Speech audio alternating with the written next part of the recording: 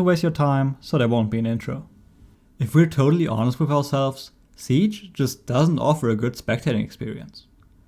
Of all the FPS out there, Siege is most certainly the least flashiest. And I'm not just comparing it to Call of Duty, where that's kinda obvious. I'm also comparing it to CSGO, which is very close to Siege in terms of gameplay, but it manages to show considerably more action. I think this is mainly due to Rainbow having more downtime between rounds.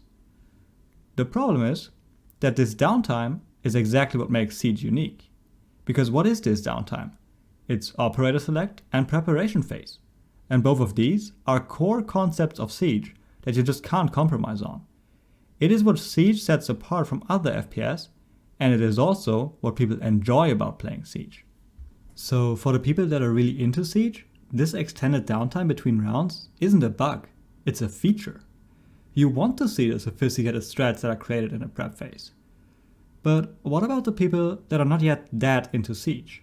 I think for them, prep phase is just kind of boring, and they are mainly interested in watching the action phase to see sick wallbangs or one-taps, which is totally fine, and Siege certainly does offer that, but now we get to the crux of the issue.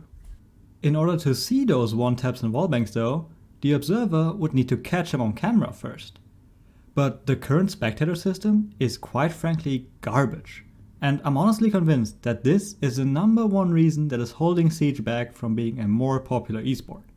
The entire point of esports is spectating a game, which is why it's baffling to me that we've been stuck with this god-awful system for almost 4 years now.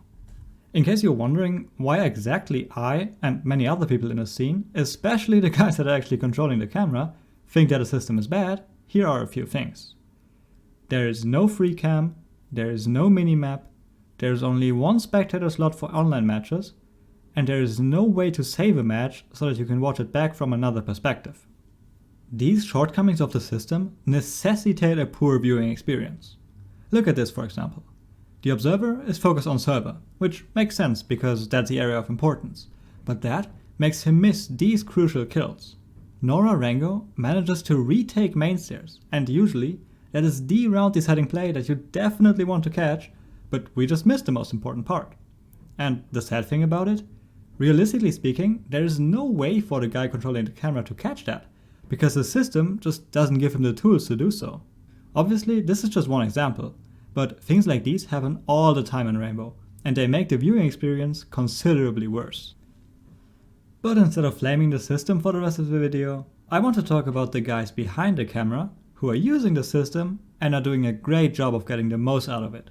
A lot of you are probably familiar with Marciu, who is basically the main Rainbow Six observer. He is responsible for Online Pro League Finals, Majors, and of course the Invitational. But I want to focus on Maddox, who was most recently responsible for observing the OGA pit LAN. And honestly, that was literally the best spectating I have ever seen. He is 100% on par with Marciu, and for me personally, as a Pro League coach, I actually like his style of spectating more than Marciu's. So the rest of the video is basically going to be a highlight reel of his spectating, which I mainly want to use to get Ubisoft and ESL to hire him alongside Marciu as an observer for the 2020 Invitational. So let's get into it. What I enjoy the most about his spectating is how he uses the overview camera angle. And this is where you can see my personal bias at work. If observing was up to me, we'd spend 100% of the time in that perspective. Look at this round right here. 4v5, 40 seconds left, and the execute is about to happen. Instead of spectating Zofia to see the entry frag, he switches to overview so we can really appreciate the execute. Vase is smoked off, which isolates smoke, and then the duo squads pinch him while Ash is applying pressure from the other side. In a situation like that, it's just straight up impossible to have every kill on camera, so you might as well stay in the overview perspective. Maybe not for every round, but every once in a while, that is really nice to look at. He also makes good use of the overview cam whenever nades, C4 or Ash charges are involved. Look at how he always goes into overview to spectate the victim of that nade or C4. Now, I don't really know anything about shot composition in movies or televisions, but doing it like that just looks really nice in my opinion. Kind of gives it a feeling of knowing more than the victim does, and that's pretty cool I think.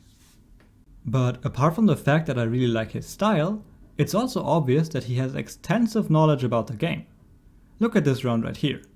Attackers take default server control, and at this point, there are two interesting things to spectate. First option would be to spectate Pulse or Valk in red to illustrate how the defenders plan on denying the plant. But before that becomes relevant, you should spectate the guy in Garage, because he has a chance to get a kill from the long range angle. And that's exactly what Maddox does.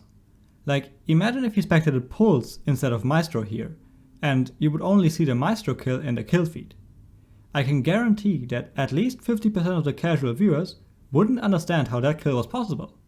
And that's a shame, because not only was it a pretty good shot, it's also a really nice spot that people could copy for their own ranked games. Now, that might seem kind of minor, but I think that these things really add up over time and make the stream quite a bit better overall. And now for the round that made me think about doing this video in the first place. Here, he combines everything I've talked about so far. Nice use of the overview perspective, nice framing of a C4 kill, good game knowledge, and most importantly, his game sense, which is on par or even better than most of the casters and analysts. First of all, he gets every kill on camera. Admittedly, not always from the killer's perspective, but you can't really expect anyone to do that. Then, in the small downtime after the gunfights, he switches to the overview mode, which shows every operator's position, so you have all the necessary information.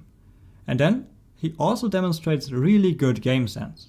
Because Thermite is out on the balcony, he realizes that Thermite is trying to plant in the archive corner, which means that this round won't be decided by gunfights, but rather by whether MIBR get the plant down or not. That really is the most crucial thing right now, so instead of spectating either Smoke or Thermite, where he could potentially capture a kill, he only focuses on Mute and the upcoming C4 play, again with his nice focus on the victim. And that allowed us to see the round winning moment. After Canadian got that kill, the round was over. Nothing else mattered anymore.